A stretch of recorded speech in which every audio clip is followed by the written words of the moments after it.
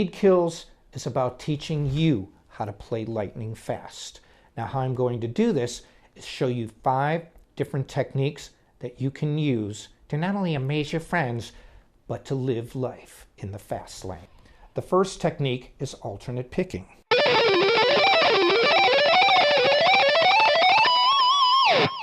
The second technique, economy picking. The third technique is legato technique or hammer and pull technique. The fourth technique is hybrid picking. The last technique is tapping.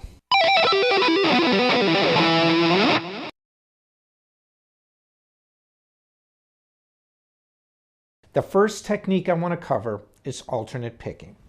And what alternate picking is literally downstroke, upstroke, downstroke, upstroke. It's continuous down, up, down, up, down, up. And what this does is if you are using 3 notes per string groupings, which a lot of riffs are,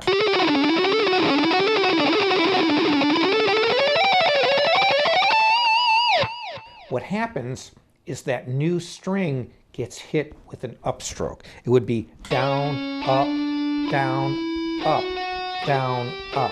And this is where most people screw up. Now, this first exercise I want to start with cures that. So it really focuses on hitting a new string on an upstroke.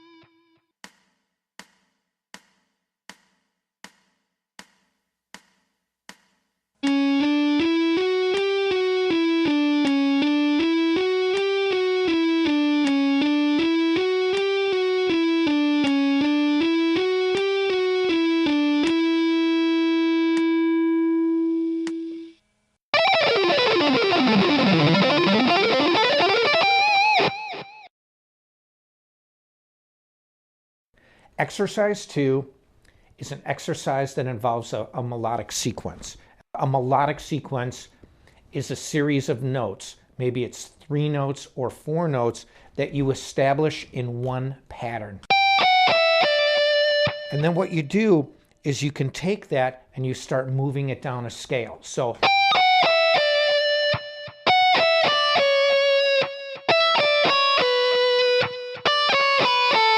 in other words, you've established a 4-note sequence and you start moving it down. Starting, for example, if it's an E Dorian, G, F sharp, E.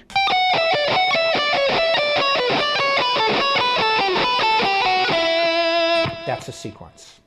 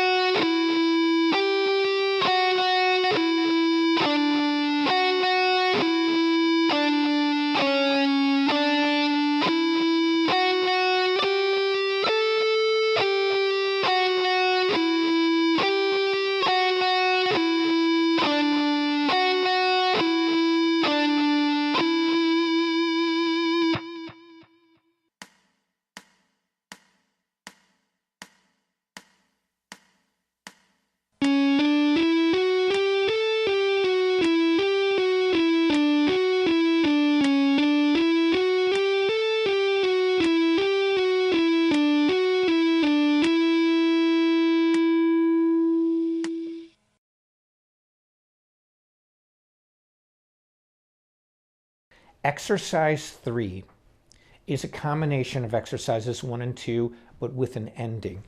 But this ending riff that goes like this